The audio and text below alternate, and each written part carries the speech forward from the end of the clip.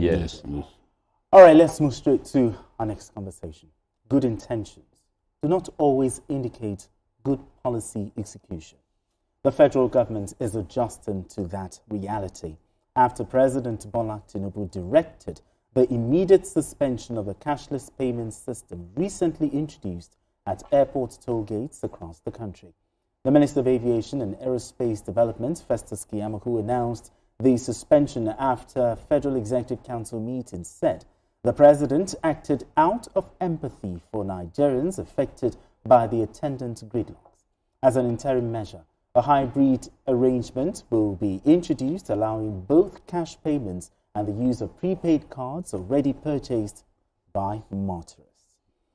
Biko, how would you describe the president's decision to suspend the cashless systems at the airport?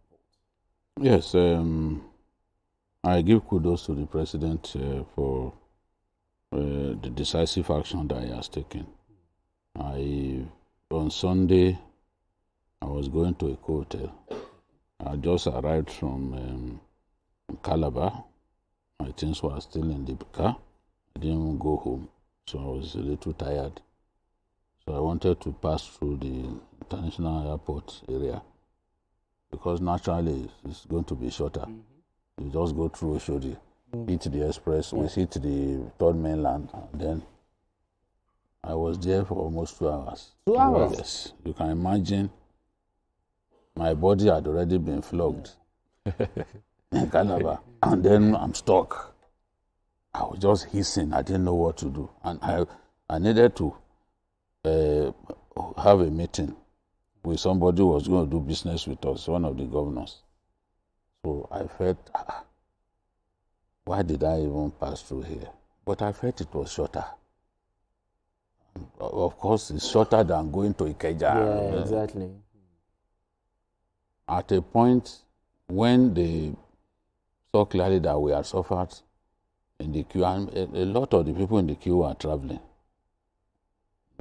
traveling outside Nigeria, they now opened the gate for everyone to pass. So we were just passing because the queue was already mile long.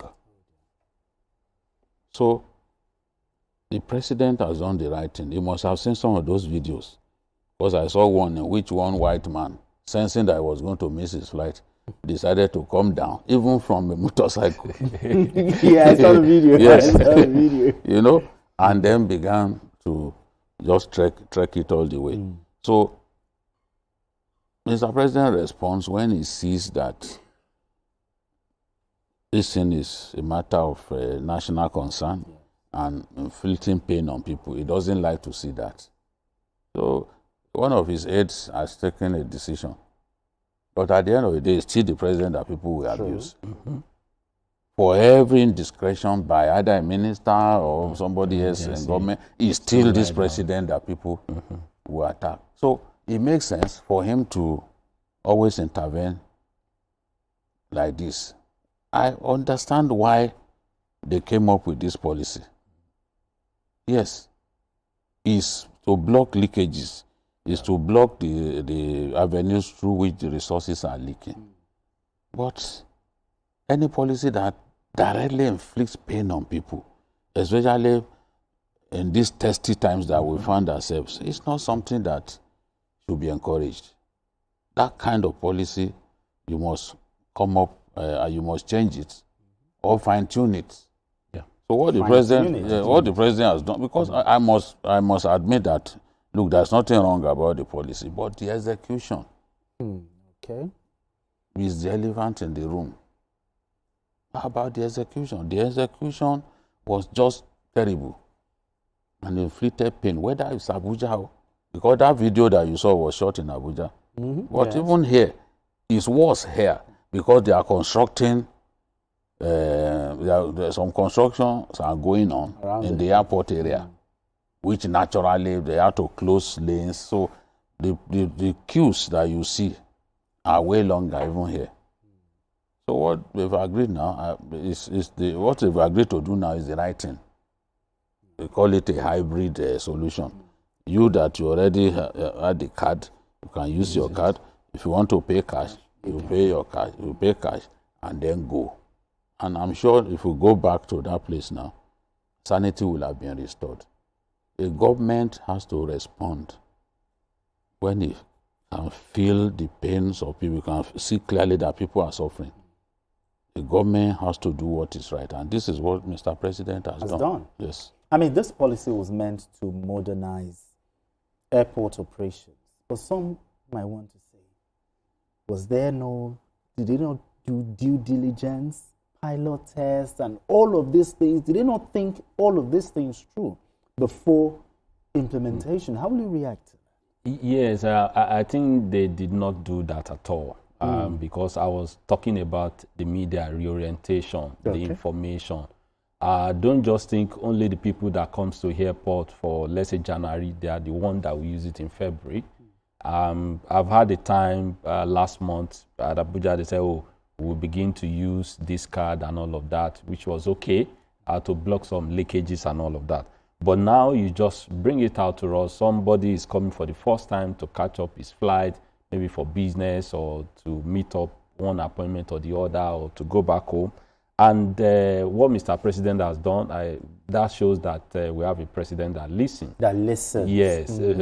So, and since he heard about it, he saw it and said, okay, come on, let's put it on note, look at it, reorientate Nigeria, partner with media. Don't just isolate yourself as an agency. Oh, it's only people that comes here that should know about this information. You know, I've never seen them, maybe they have a World Press conference or a conference, have it in Lagos, do a pilot and see how people will react, what time for you to resolve it. Well, thank God they are going to do both hybrid and cashless, whatever it is. I've gotten my own card because I don't want to.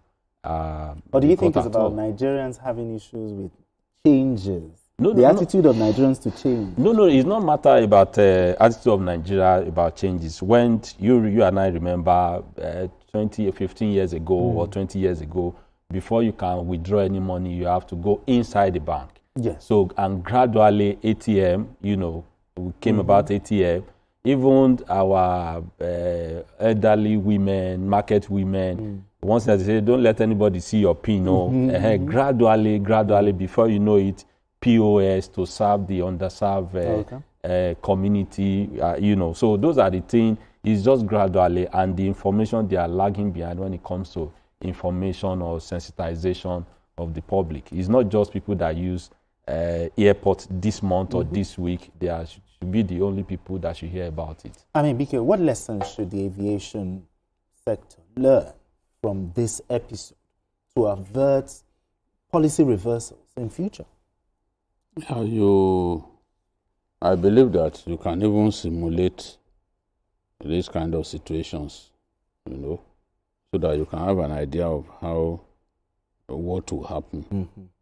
You must be able to sniff what will happen when you implement a program, or a policy that will involve so many people.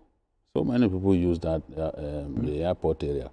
Perhaps they underestimated the number of people who go to the airport or passing through that place, using it as a thoroughfare. Because for me, most of the time, I just use it as a thoroughfare to get to where I'm going. They didn't do due diligence. They didn't do enough due diligence. Because if they had done enough due diligence, it would have led them to the situation that we saw immediately the thing was implemented. So some airports are small. You want, like in Calabar, people who are not feeling any pain, no long queues. But you can't say that of Lagos and Abuja. You can't say that. These airports have international wings and many people are flying. Nigeria, before the UAE barred us, for example, Emirates alone used to have 6 landings, 5 to 6 landings in one day. Yet, Ethiopia will come. British Airways? No, this talking about the UAE route alone. Okay, the UAE route, okay. Ethiopia will come. Qatar will come. This other one, Etihad, Okay. that sponsors Man City. Those ones too will come. Yes. So you know how many landings from just one location. That's to tell you how lucrative that route is. And flights that are full, you know how many people are involved. Some of these aircraft are very big, 777, for example. You know how many people 777 will carry at any point in time. Or some of those big Airbus, you know. So you are supposed to envisage what will happen, especially in the first few days. In the first few days of implementation, so that you do not inflict unnecessary pain on people. Okay. This, I'm sure that Kuku and Co will learn from this, and Keyamo too. Is normally people shouldn't go through unbearable pain just because a new policy has been introduced. Okay. All right, we have Shola from Ikorodu. Shola, thank you so much for joining us. Shola, are you still with us? Hello? Yeah, Shola, go ahead. Go ahead. Yeah, good evening. Yes, good evening. Good evening to everyone in the studio.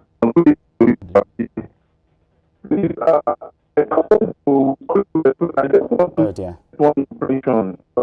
Oh, I think the network. The comments are subsidizing of such. Honestly, because I see BRT every day. In fact, just of recent, the BRT... All right, we're so sorry we can't continue with this call, okay, because the line is breaking. But we need to go on this quick break right now. And when we return, the conversation continues. Don't go away. This is Journalist Hangout.